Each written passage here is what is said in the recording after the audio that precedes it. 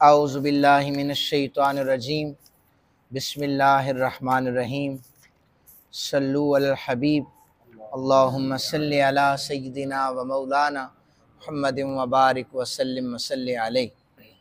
آیات لکھی ہیں آپ کے سامنے، میرے ساتھ مل کے پڑھیے۔ بسم اللہ الرحمن الرحیم۔ الیوم احل لکم الطیبات وطعام الذین اوتوا الکتاب حل لکم وطعامکم حل لہم والمحصنات من المؤمنات والمحصنات من الذین اوتوا الکتاب من قبلکم اذا آتیتموہن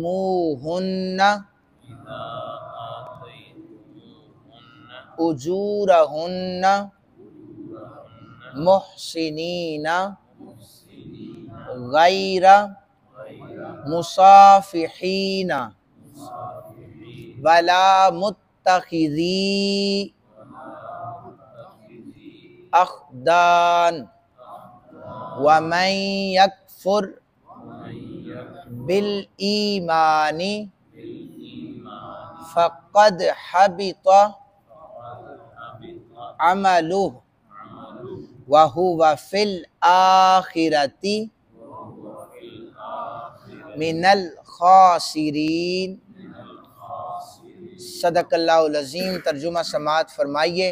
اللہ رب ذوالجلال ارشاد فرماتے ہیں، آج تمہارے لیے پاک چیزیں حلال کر دی گئیں اور اہل کتاب کا ذبیحہ تمہارے لیے حلال ہے اور تمہارا ذبیحہ ان کے لیے حلال ہے۔ آزاد پاک دامن مسلمان عورتیں اور تم سے پہلے اہل کتاب کی آزاد پاک دامن عورتیں بھی تمہارے لیے حلال ہیں جب تم ان کے مہر ان کو ادا کر دو، حالانکہ تم ان کو نکاح کی قید میں لانے والے ہو، نہ ہی اعلانیہ بدکاری کرنے والے اور نہ خفیہ طریقے سے آشنا بنانے والے، اور جس نے ایمان لانے کے بعد کفر کیا تو بے شک اس کا عمل ضائع ہو گیا اور وہ آخرت میں نقصان اٹھانے والوں میں سے ہے۔ یہ ان آیات میں حرام جانوروں کے حوالے سے اللہ رب ذوالجلال نے بیان فرمایا ہے، جن جانوروں کو قرآن پاک میں بھی اور احادیث میں بھی حرام قرار دیا ہے، ان کی تفصیل ذرا سن لیجئے۔ اللہ تعالیٰ نے قرآن مجید میں خصوصیت کے ساتھ خنزیر کو حرام فرمایا ہے، چونکہ بنی اسرائیل کے ایک گروہ کو اللہ تعالیٰ نے باقاعدہ طور پر نافرمانی کی وجہ سے مسخ فرما کر بندر بنا دیا تھا، تو اس لیے اشارتاً بندر جو ہے یہ بھی حرام جانوروں میں سے آتا ہے۔ قرآن پاک کی آیت مبارکہ ہے من لعنہ اللہ وغضب علیہ وجعل منہم القردۃ والخنازیر، کہ وہ لوگ جن پر اللہ نے لعنت کی اور ان پر غضب فرمایا، ان میں سے بعض کو اللہ نے بندر اور بعض کو خنزیر بنا دیا، لہذا یہ دونوں جانور حرام ہیں۔ رسول کائنات صلی اللہ علیہ وآلہ وسلم نے فرمایا ایک قاعدہ کہ کون سے جانور حرام ہیں حلال ہیں، ایک قاعدہ بتایا کہ جو جانور نوکیلے دانتوں والے ہیں اور وہ چیر پھاڑ کر کھانے والے ہیں، یہ جانور جو ہیں یہ حرام ہیں۔ ان میں شیر ہے، بھیڑیا ہے، باقی درندے جتنے بھی ہیں۔ اور اسی طرح فرمایا اپنے ناخنوں سے شکار کرنے والا جو جانور ہے، اس میں باز ہے، شکرا وغیرہ ہے، چیل ہے، یہ جانور بھی اڑنے والوں میں حرام قرار دیا انہیں۔ فرمایا اسی طرح کتا جو ہے یہ نجس ہے، اور اگر کتا کسی برتن میں منہ ڈال لے نا تو وہ برتن بھی ناپاک ہو جاتا ہے، اس کا لعاب جو ہے اس کی وجہ سے، کیونکہ جو لعاب ہے یہ گوشت سے بنتا ہے، اور گوشت چونکہ حرام ہے اس لیے فرمایا کہ اس کا جو لعاب ہے یہ بھی نجس ہے، اور اس سے بھی واضح ہوتا ہے حدیث مبارکہ سے کہ کتا کھانا بھی حرام ہے۔ حضرت سیدنا ابو ہریرہ رضی اللہ تعالیٰ عنہ بیان کرتے ہیں، نبی اکرم صلی اللہ علیہ وسلم نے فرمایا جب تم میں سے کسی شخص کے برتن میں کتا منہ ڈال دے، اس کو 7 مرتبہ دھو لو تو وہ برتن پھر پاک ہو جاتا ہے۔ یہ حدیث مبارکہ سیاستہ میں موجود ہے۔ حضرت عبداللہ بن مغفل رضی اللہ تعالیٰ عنہ بیان کرتے ہیں، حضور نے فرمایا کہ اگر کتے اللہ کی مخلوقات میں سے ایک مخلوق نہ ہوتے تو میں ان سب کو قتل کرنے کا حکم بھی دیتا۔ اور میں نے پچھلے دنوں ایک روایت بھی سنائی تھی کہ نبی پاک صلی اللہ علیہ وسلم نے باقاعدہ طور پر کتوں کو قتل کرنے کا حکم دیا تھا، لیکن بعد میں پھر آپ نے فرمایا کہ جو پہرے دار ہوں، جو فصلوں کی حفاظت کے لیے ہوں، ان کے لیے جو ہے یہ حکم نہیں ہے، اور ان کے لیے حکم ہے ان کو رہنے دیا جائے۔ جو کتا کاٹتا ہے، باولا ہو جاتا ہے، اسے فوراً سے قتل کر دیا جائے۔ پہلے کیا تھا کہ ہر کتے کو قتل کیا جائے، میں نے وہ ڈیٹیل خیر بتائی تھی۔ حدیث مبارکہ سنیے، حضور نے فرمایا کہ جس گھر میں کتا ہو اس میں فرشتے داخل نہیں ہوتے۔ ہم لوگ بڑے ماڈرن ہو چکے ہیں، گھروں میں ہمارے بچوں کے لاڈ پورے نہیں ہوتے، ان کے لیے ہم کتا لے آتے ہیں، مختلف قسم کے نام رکھے ہوئے ہیں، پھر بلایا جی یہ بڑا پڑھا لکھا کتا ہے، اور جناب اس کو پتہ ہے کہ پیشاب کس وقت کیا جاتا ہے، اس کو پتہ ہے۔ حالانکہ نبی پاک صلی اللہ علیہ وسلم نے فرمایا جس کے گھر میں کتا ہو، شوکیا جو پالتا ہے، تو وہ اس کے نامہ اعمال سے 1 قرات روزانہ کا کم ہوتا ہے، نیکیوں میں سے 1 قرات کم ہوتا جاتا ہے۔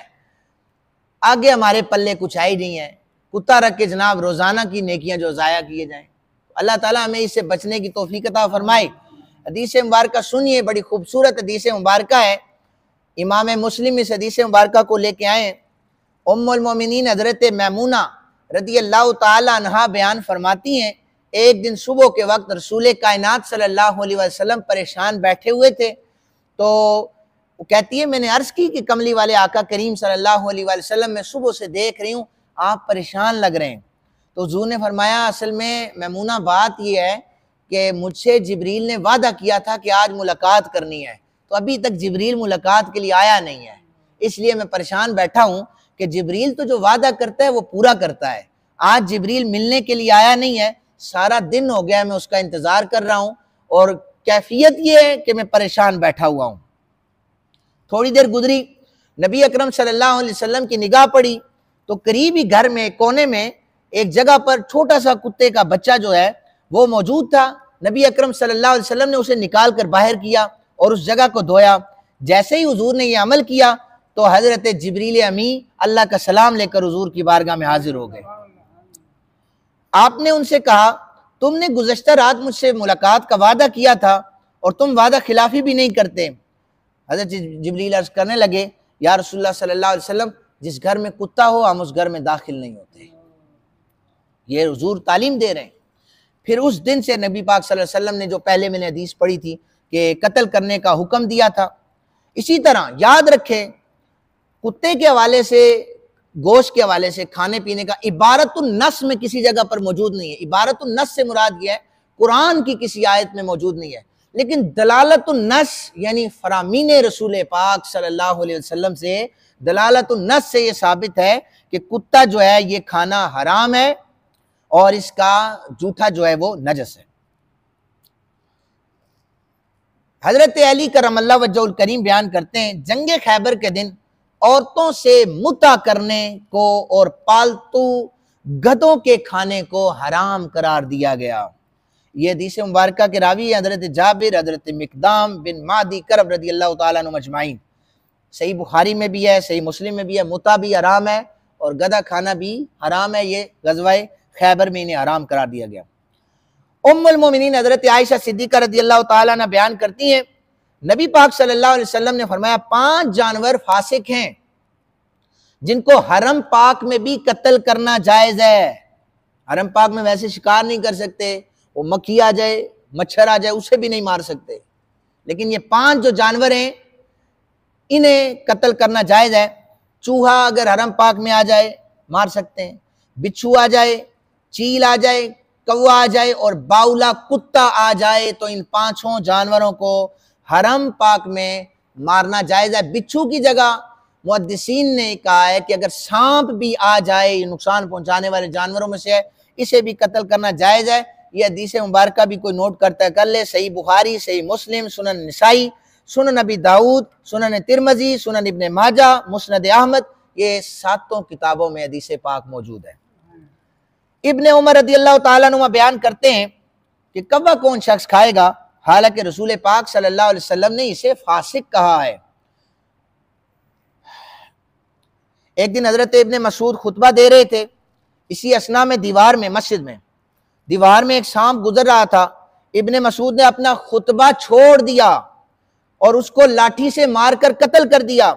فرمایا کہ میں نے حضور صلی اللہ علیہ وسلم کو یہ فرماتے ہوئے سنا ہے، جس شخص نے کسی سانپ کو قتل کیا گویا اس نے مشرک کو قتل کیا۔ جس نے سانپ کو قتل کیا اس نے مشرک کو قتل کیا، جس مشرک کا خون مباح ہے۔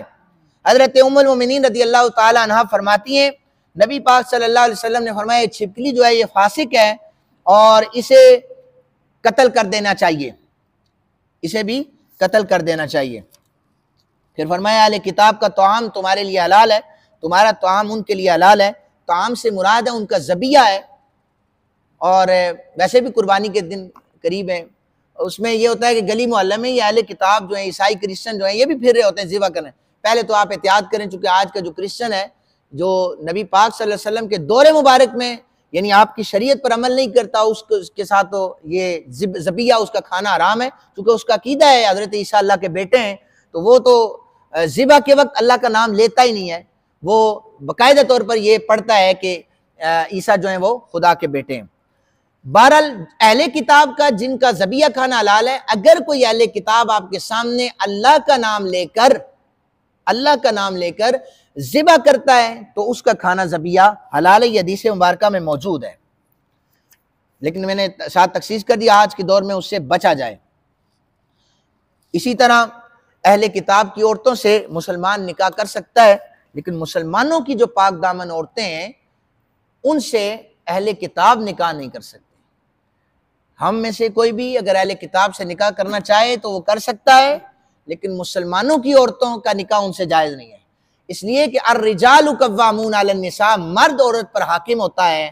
اہل کتاب کی عورت لا کر تو ہم حاکم بن جائیں گے، اپنی عورت کو جب ان سے نکاح کرائیں گے تو ہماری عورت مسلمان ہے اور اہل کتاب جو ہے وہ اہل کتاب مسلمان تو نہیں ہے، جب وہ اس کے نکاح میں مسلمان عورت آ جائے گی تو قانون قاعدہ یہ ہے کہ الرجال قوامون، مرد عورت پر حاکم ہے، تو ایک عیسائی مسلمان پر حاکم ہوگا۔ قرآن نے اس سے منع فرمایا ہے کہ کوئی بھی غیر مسلم مسلمانوں پر حاکم نہیں ہو سکتا، اس لیے اصول بیان کیا ہے کہ مسلمانوں کی پاک دامن عورتیں اہل کتاب سے نکاح نہیں کر سکتی۔ اللہ تعالی ہم سب کو عمل کی توفیق عطا فرمائے۔ وما علینا الا البلاغ، آمین۔